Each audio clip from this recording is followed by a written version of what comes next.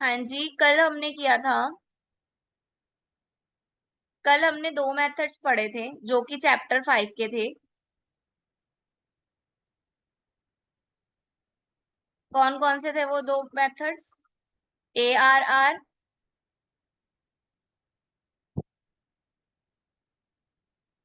और पे back method.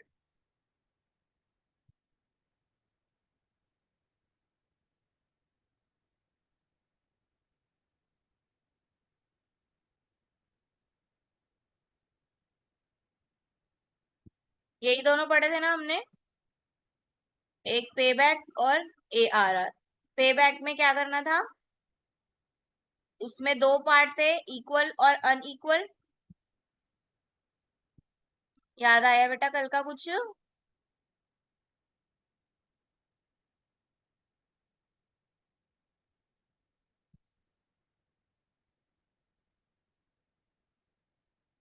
ये देखो, अनइक्वल में ऐसे करना था, जो डिफरेंस है और जितना टोटल डिफरेंस है दोनों को डिवाइड करके जितना ईयर पहले कैलकुलेट किए हैं वो। हमने इसमें देखना क्या होता है पे बैक में, कि हमने जितनी अमाउंट लगाई है वो हमें कितने टाइम में रिटर्न हुई है। या मान लो मैंने 10,000 लगाए हैं और हर साल मुझे 2-2 हजार रिटर्न आ रहा है, तो मुझे कितने साल में रिकवर हो जाएगी मेरी अमाउंट? 5 साल। That is payback period. ठीक है। Then average rate of return निकाला था।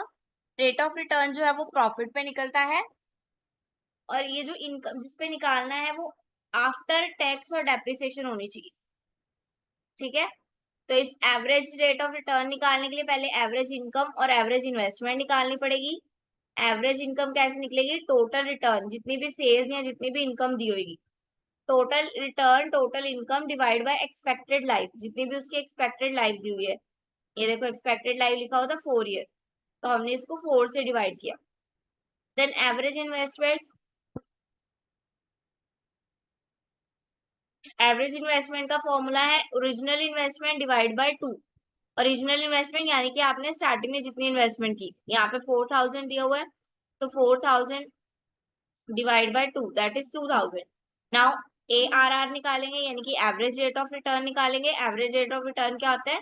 Average income divide by average investment, यानी कि 1,500 डिवाइड बाय 2,000 दैट इज 75%।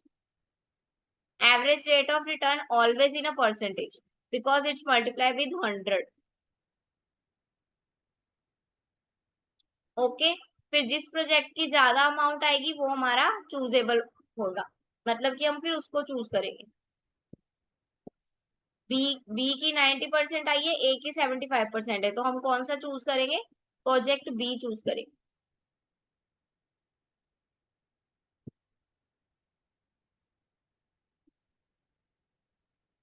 वो दोनों थे हमारे ट्रेडिशनल मेथड, यानी कि नॉन डिस्काउंटिंग मेथड, जिनपे वैल्यू के टाइम के चेंज होने से वैल्यू पे चेंज नहीं हो रहा था। ठीक है। यानी कि अगर वो 10 की चीज पिछले साल थी, वो आज भी कितने की है? 10 की ही है। उसमें टाइम के हिसाब से वैल्यू में चेंज नहीं आता है। लेकिन ये मॉडर्न मेथड है, डिस्काउंटेड मेथड है।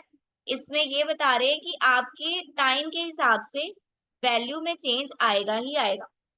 फॉर एग्जाम्पल डॉलर पहले 60 रुपीज में था, अब डॉलर 70, 74, 80, 84 ऐसे बढ़ रहा है ना? तो that is discounting cash flow method, that is modern method, जिसमें हम ये बताएंगे कि टाइम वैल्यू का असर होता है। तो ये तीन पार्ट जो है वो आपके नेक्स्ट चैप्टर में है, chapter 6 that is investment decision part 2।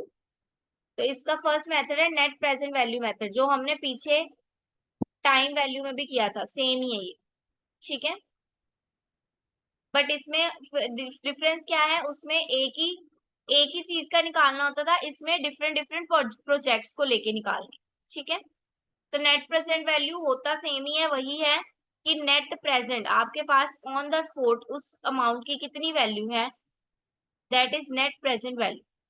ठीक है। जिस पे टाइम का इम्पैक्ट हो रहा है, जिस मनी पे टाइम का इम्पैक्ट हो रहा है। ठीक है। ये बेस्ट मेथड माना जाता है इन्वेस्टमेंट पर्पस के लिए। ये मोस्टली लोग यूज करते हैं प्रैक्टिस में। जितना रिसीव हुआ, different period of time will be discounted at a particular discounted rate.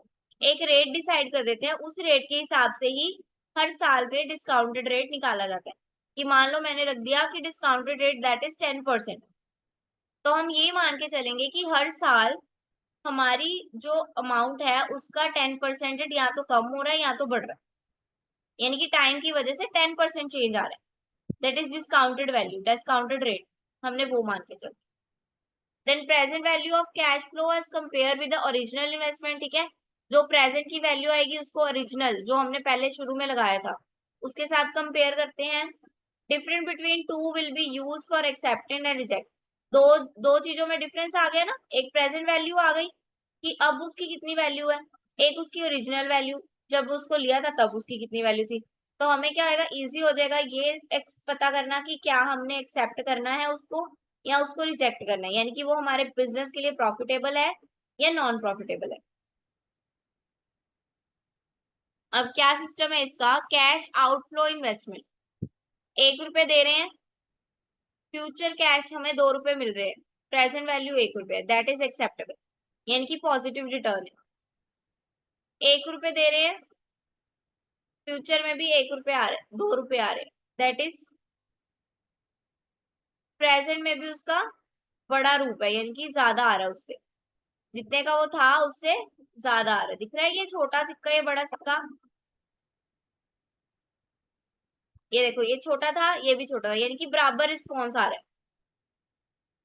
ये छोटा था हमें बड़ा रिस्पॉन्स आ रहा है, ये मीडियम है इससे भी छोटा रिस्पॉन्स आ रहा है, तो हम उसको रिजेक्ट करेंगे। ठीक है, या तो इक्वल रिस्पॉन्स आना चाहिए या पॉजिटिव रिस्पॉन्स आना चाहिए, जो भी नेगेटिव रिस्पॉन्स होएगा उसको हम निग्लेक्ट कर देंगे, उसको रिजेक्ट कर देंगे। अब ये निकलेगा कैसे, discounted cash flow inflow minus discounted cash outflow, जितना इनफ्लो आ रहा है उसमें से आउटफ्लो माइनस कर देंगे तो आपका नेट प्रेजेंट वैल्यू निकल के आएगी।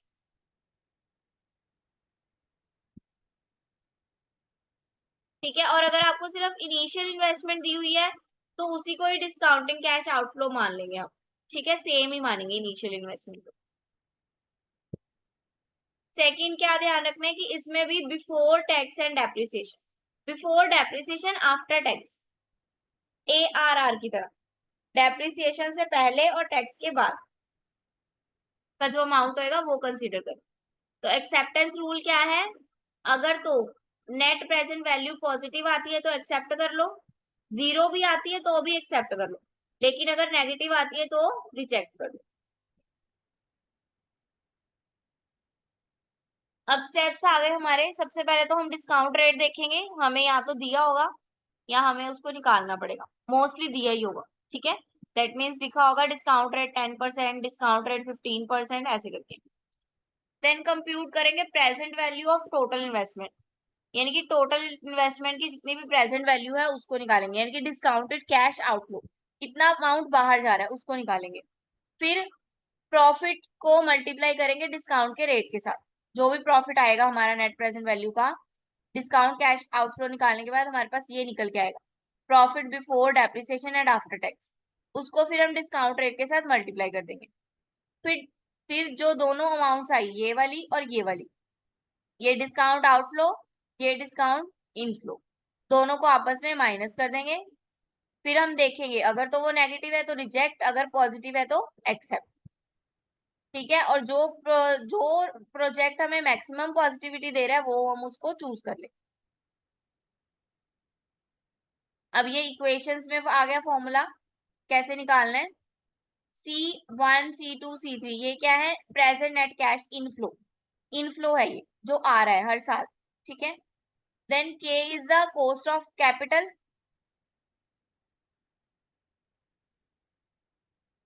And CO is the initial investment, यानी कि जो सबसे स्टार्टिंग में हमने की थी वो वाली। क्वेश्चन से ज्यादा क्लियर होएगा, इधर एग्जांपल देखो, calculating NPV of the two project and suggest, discounted rate आपको दिया हुआ है 10%, ऑलरेडी गिवन है, इन्वेस्टमेंट दी हुई है 40 और 50, दैट मीन्स ये कौन सी इन्वेस्टमेंट है, कौन सी इन्वेस्टमेंट है ये इनिशियल इन्वेस्टमेंट है, यानी कि जो सबसे पहले दी होती है ये वाली इनिशियल इन्वेस्टमेंट, CO दिया हुआ है। ठीक है, देन पूरे साल 5 साल का डाटा दे दिया कि 5 सालों में इतना इतना हमें ईयरली रिटर्न आ रहे, 5 ईयर के अंदर हमें ये रिटर्न्स आए।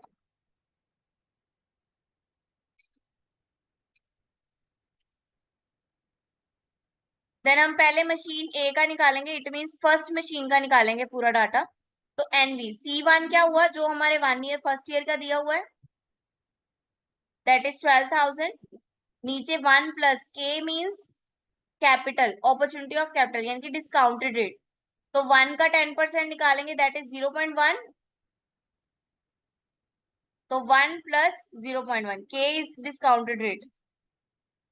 सेम अगले पे करेंगे 18 पे, फिर 7 पे, फिर 5 पे, फिर 4 पे। करो जरा, सॉल्व करो इसको बेटा।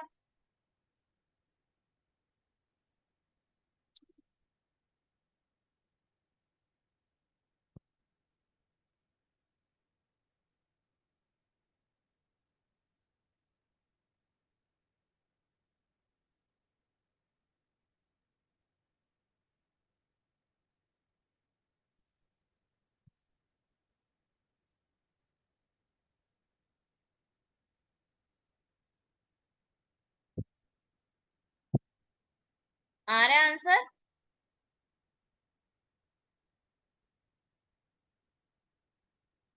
हाँ जी, सबसे पहले तो 12,000 को हम डिवाइड करेंगे 1 प्लस 1.1, दैट इज 1.1। दोनों को डिवाइड करके हमारे पास टोटल कितना आया, दैट इज 10909। ये आया पहले का। अब सेकंड का निकालो, 18,000 डिवाइड बाय 1 प्लस 1, 0.1 का स्क्वायर। 0.1 का स्क्वायर इट मीन्स हम क्या कर रहे हैं, 1 प्लस 0.1 मल्टीप्लाई 0.1।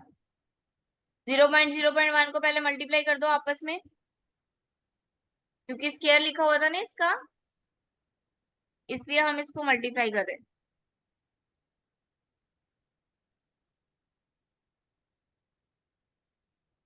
कितना हुआ, 1.21 हुआ। कितना हुआ,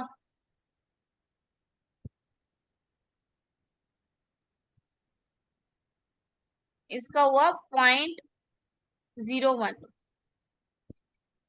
0.01 आया। अब 0.01 प्लस 1 हमारे पास आया 18,000 डिवाइड बाय 1.01। कर दो डिवाइड।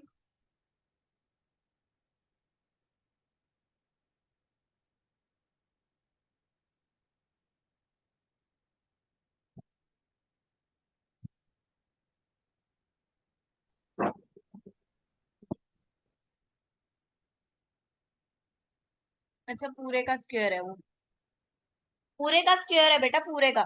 इट मीन्स वन भी 1 प्लस 0.1 का स्क्वायर है वो। 1 प्लस 0.1 करो पहले, दैट इज 1.1। इसका स्क्वायर है अभी 1.21 आया।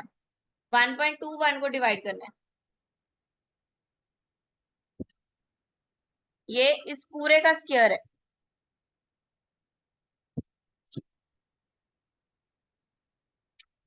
यानी कि 1 प्लस 0.1 का स्क्वायर, 1 प्लस 0.1 हमारा बनता है 1.1। तो 1.1 का स्क्वायर निकालेंगे अब। 1.1 का स्क्वायर दैट इज 1.21। अब इसको डिवाइड कर दो, तो आपका आंसर आएगा 14876। इसी तरह थर्ड निकालेंगे, 7,000 डिवाइड बाय 1.1 का क्यूब, यानी कि 1.1 मल्टीप्लाई बाय 1.1 मल्टीप्लाई बाय 1.1।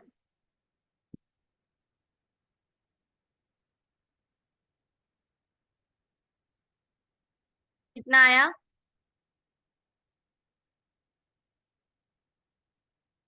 1.331। 1.331। अब निकालो कितना आया आंसर, 55259। कितना आया, देन फोर्थ और फिफ्थ का निकालो।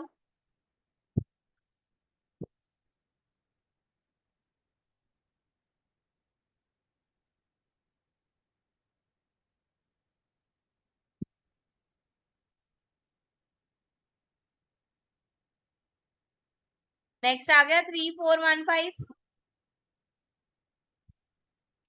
नेक्स्ट आ गया 2484। आ रहा है बेटा, देखो निकाल के।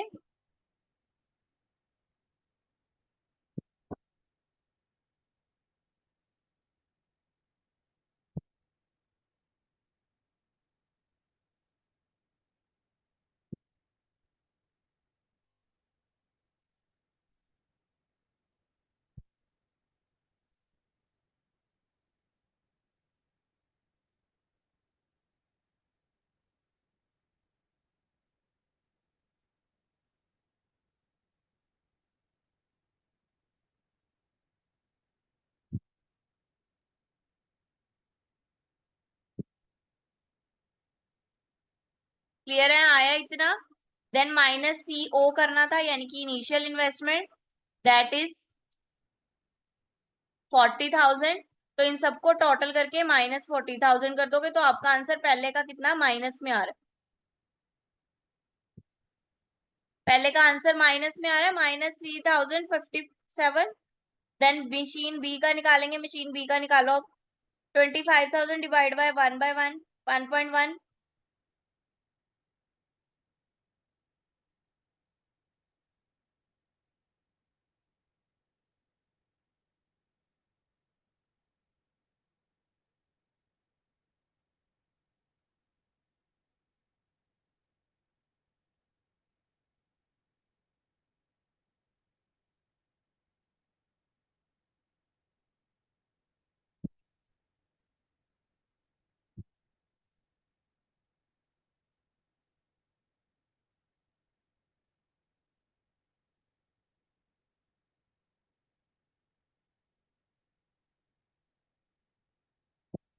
हाँ जी, निकाल रहे हो 2 का।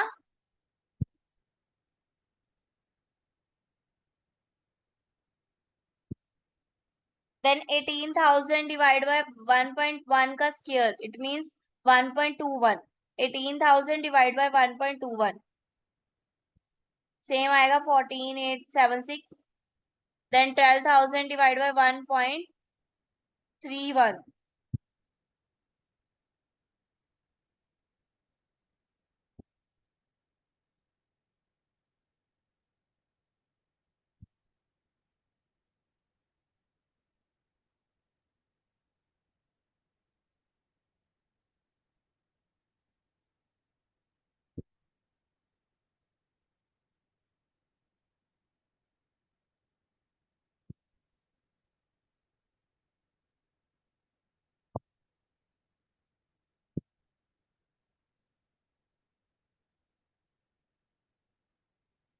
हो गया बेटा ये वाला।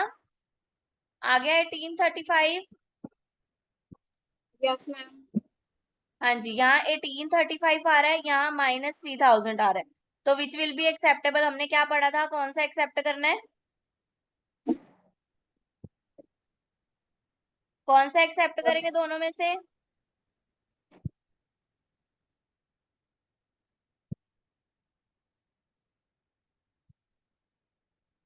मशीन ए एक्सेप्ट करेंगे, मशीन बी एक्सेप्ट करेंगे।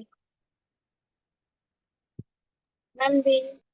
बी एक्सेप्ट करेंगे, क्योंकि हमने पढ़ा है या तो पॉजिटिव एक्सेप्ट करना है या फिर जीरो, माइनस एक्सेप्ट कभी भी नहीं करना है। तो machine is the best, machine B is the best investment opportunity. Then ये 2 क्वेश्चन है आपको दिए हुए हैं प्रैक्टिस के लिए। अब एनपीवी यानी कि नेट प्रेजेंट वैल्यू मेथड के एडवांटेज क्या है। ये टाइम वैल्यू को कंसीडर करना है, हमने पढ़ा 10% डिस्काउंट दे रहे हैं हम ऑलरेडी। वो डिस्काउंट किस लिए था कि अगर फ्यूचर में हमारी मशीन की वैल्यू 10% कम हो जाती है तो हम क्या करेंगे, यानी कि हम टाइम वैल्यू को कंसीडर कर रहे हैं। Then cover future cash inflow, future का कैश इनफ्लो को भी कवर करता है ये। एंटायर लाइफ कैश फ्लो की दिखाता है हमें। ठीक है। मैक्सिमम ऑनर वेल्थ इसका ऑब्जेक्ट क्या होता है कि ऑनर को मैक्सिमम वेल्थ मिले, इसलिए हम माइनस को इग्नोर करते हैं। एस्टिमेट एंड कंपेयर करता है ये हमारा डाटा, और प्रॉफिटेबिलिटी हमें रिजल्ट दिखाता है। अब डिसएडवांटेज क्या है, थोड़ा सा कॉम्प्लिकेटेड है निकालने में। डिस्काउंट रेट अगर ना दिया हो तो उसको भी निकालने में मुश्किल आती है, और कैश इनफ्लो जो है वो अनसर्टेन है, पता नहीं है इतनी अमाउंट आएगी भी कि नहीं आएगी। नेक्स्ट आ गया प्रॉफिटेबिलिटी इंडेक्स मेथड, जिसको बेनिफिट कॉस्ट रेशो बोलते हैं।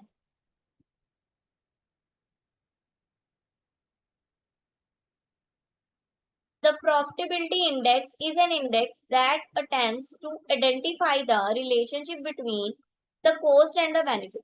ठीक है, किसके बीच में इसने हमें डिफरेंस बताना है, आइडेंटिफाई करवाना है हमें, कॉस्ट और बेनिफिट्स। जो हमारे पैसे सेम वही है जो इनफ्लो और आउटफ्लो, ठीक है। कॉस्ट यानी कि जितने पैसे लग रहे हैं, बेनिफिट्स यानी कि जितना प्रॉफिट आ रहा है, इसलिए इसको प्रॉफिटेबिलिटी इंडेक्स बोलते हैं। ऑफ द प्रपोज्ड प्रोजेक्ट, जो भी प्रोजेक्ट हमने चूज किया है उसके बदले में हमें कितना बेनिफिट और कितना कॉस्ट देनी पड़ रही है उसका रिलेशनशिप बताएगा। Through the use of ratios, क्या यूज करके, रेशियो यूज करके। तो profitability index is known as the profit investment ratio and value investment ratio is the ratio of pay off to investment of a proposed project. जो project हमें propose किया गया है यानी कि हमारे पास है, उसकी पे ऑफ, जितनी उसके लिए हमें पे ऑफ करना पड़ रहा है उसकी रेशियो निकालना, दैट इज प्रॉफिट इंडेक्स। ये बहुत इजी है। प्रॉफिट इंडेक्स कैसे निकालना है, प्रेजेंट वैल्यू ऑफ इनफ्लो जो आ रहा है और जो जा रहा है दोनों को डिवाइड करके, दैट इज रेशियो निकल आएगी, यानी कि cost divide by benefit, benefit divide by cost कर दिया। तो अगर इसमें भी सेम है, अगर तो पॉजिटिव है देन एक्सेप्ट, अगर इक्वल है वन के देन एक्सेप्ट, और अगर नेगेटिव है तो रिजेक्ट। अगर हमारी रेशो 0.25 आ रही है,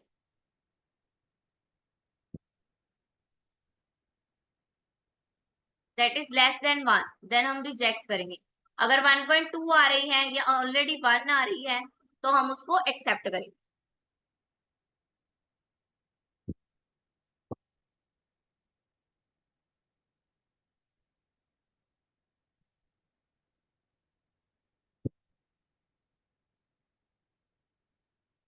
देन एडवांटेज क्या है इसके, ये भी टाइम, ये देखो ये तीनों मेथड टाइम वैल्यू के हैं, इसलिए इसका पहला एडवांटेज तो यही होगा कि तीनों जो है वो टाइम वैल्यू को कंसीडर करते हैं। ठीक है, इसमें भी कैश फ्लो की इंटायर लाइफ दिखाई जाती है। PI makes the right in the case of different amount of cash outflow of different project। Different project का कैश फ्लो डिफरेंट अमाउंट्स होती है, ठीक है। And exact rate of return of the project,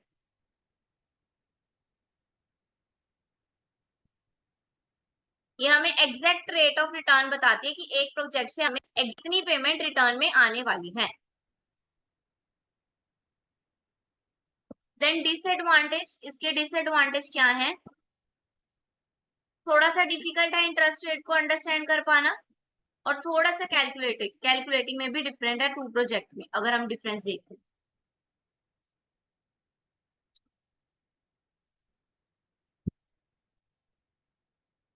ये third method है, ये हम कल पढ़ेंगे। अब तक कोई भी प्रॉब्लम है तो बताओ।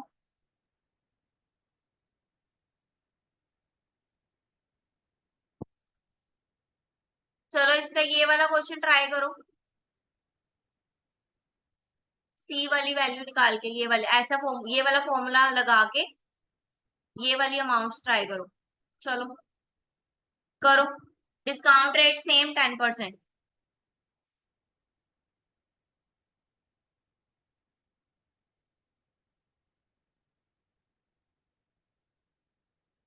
इनिशियल इन्वेस्टमेंट कितनी दी हुई है प्रोजेक्ट ए की,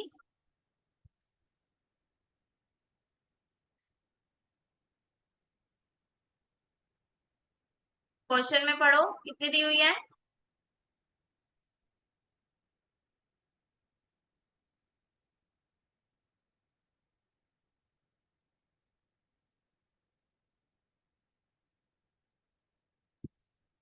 कोई भी नहीं कर रहा क्वेश्चन?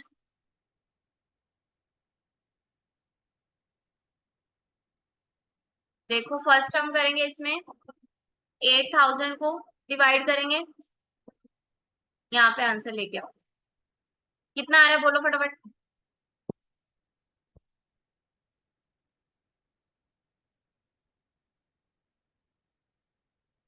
8000 डिवाइड बाय 1.1 कितना आया?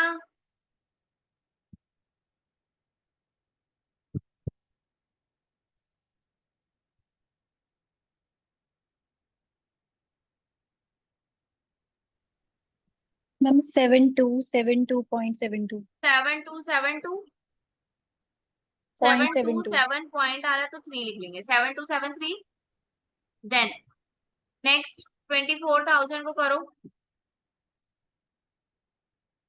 1.21 से डिवाइड,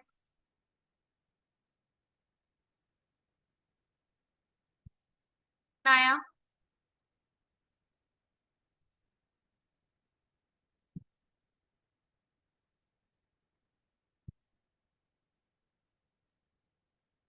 मैम 19,834.7 34 लिखा हुआ है, 0.7 है तो इंक्रीज करेंगे 35 कर देंगे। देन 32,000 को करो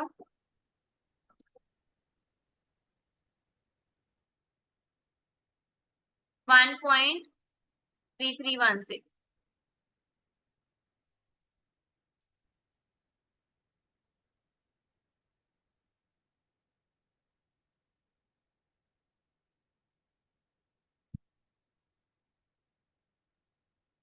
24,042 देन नेक्स्ट 48,000 को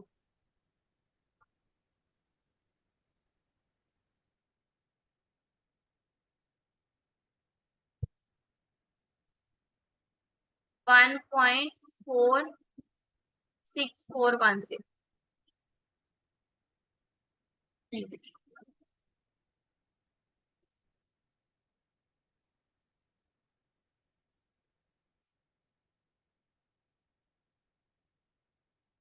कितना आया?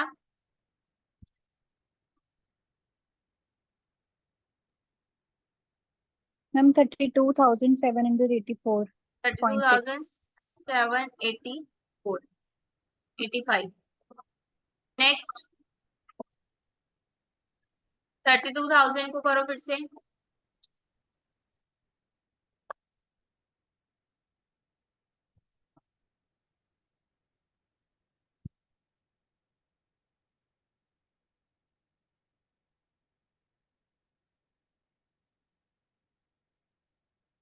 1.61051।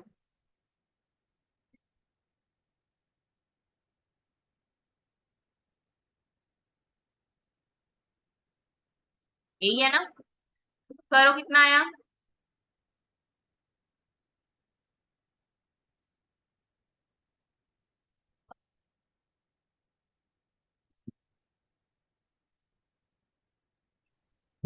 मैम 19,869 हाँ जी, अब इन सबको टोटल कर दो,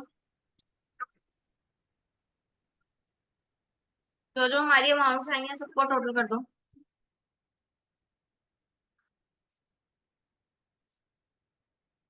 19,869 प्लस 32,785 प्लस 4042